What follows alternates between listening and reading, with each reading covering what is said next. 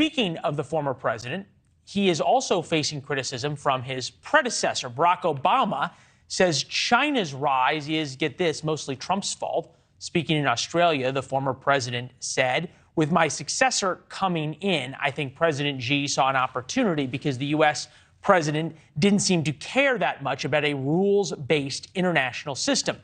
Which is interesting because, as far as we can tell, China doesn't care about a rules-based international system either.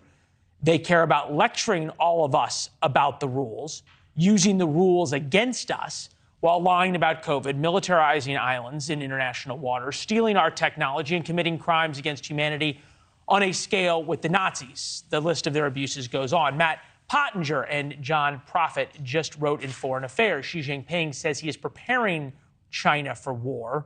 The world should take him seriously. With that, we bring in Gordon Chang, analyst on relations between the U.S. and China, author of The Great U.S. China Tech War and the Coming Collapse of China. Gordon, it's always good to see you. Maya Angelou once said, when somebody shows you who they are, believe them the first time. Why is there this refusal by presidents of both parties to believe the Chinese the first time or the fifth? That's a great question, Leland. I don't know the answer to it. I guess it's because we're Americans and we are entitled to be oblivious, that we think that everyone must think like us. But the problem is the Chinese view the world very differently. They're in the Vladimir Putin camp. And, there's something in the American character. We did not listen to Osama bin Laden. I mean, Islamic terrorists killed 6 Americans in 1993 by detonating a bomb under the North Tower of the World Trade Center. And we thought that was of utter unimportance until it was one day when Osama bin Laden reached out and killed 2,977 Americans in a single day. But that's us.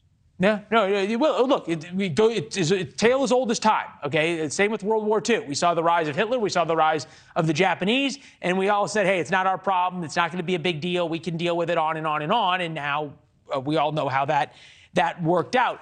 It's interesting to see that it appears, not at the presidential level, but certainly at the level of Congress. And interestingly enough, both the former Democratic Speaker Nancy Pelosi, current Republican Speaker Kevin McCarthy, appear to be pretty hawkish on China.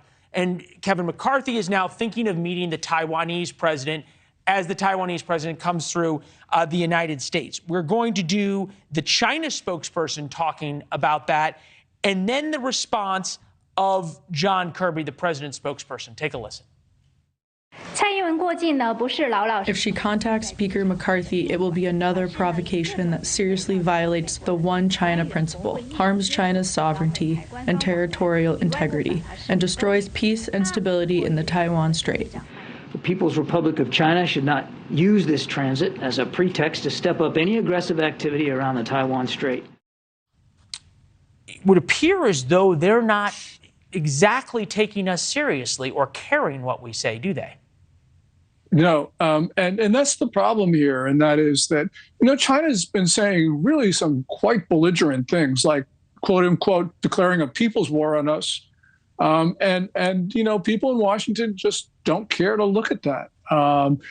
When you have the comments from the Taiwan Affairs Office about resolutely fighting back. Now, we've heard stuff like that before in the past, and so we assume, oh, well, look, they were just doing kabuki before. But I think there's actually a change in Beijing. It starts from Xi Jinping. We heard it last week, a week ago today, when Xi Jinping and Vladimir Putin parted company, where the Chinese leader said, look, change is coming that has not occurred over the past 100 years. And then he said to Putin, you and I are driving events around the world. That's a very clear indication that China has no respect for the United States and believes it can do what it wants. And yeah, we got to take these guys at their words when they say that they are preparing for war. Vladimir Putin actually started one, and Xi Jinping is preparing for another conflict. This is just so serious. Yeah, maybe they think they can do what they want because they've been allowed to under both administrations of all parties, and nothing's happened to them. As look, you and I have been talking about this since the Obama administration on television, and it's been the same thing over and over and over again. Gordon, we got to run, but thank you. We appreciate it. Thank you so much, Leland. Yeah. Thanks for watching. Go to newsnationnow.com to find NewsNation on your television provider. And don't forget to subscribe. Click the red button to get more of NewsNation's fact-driven, unbiased coverage.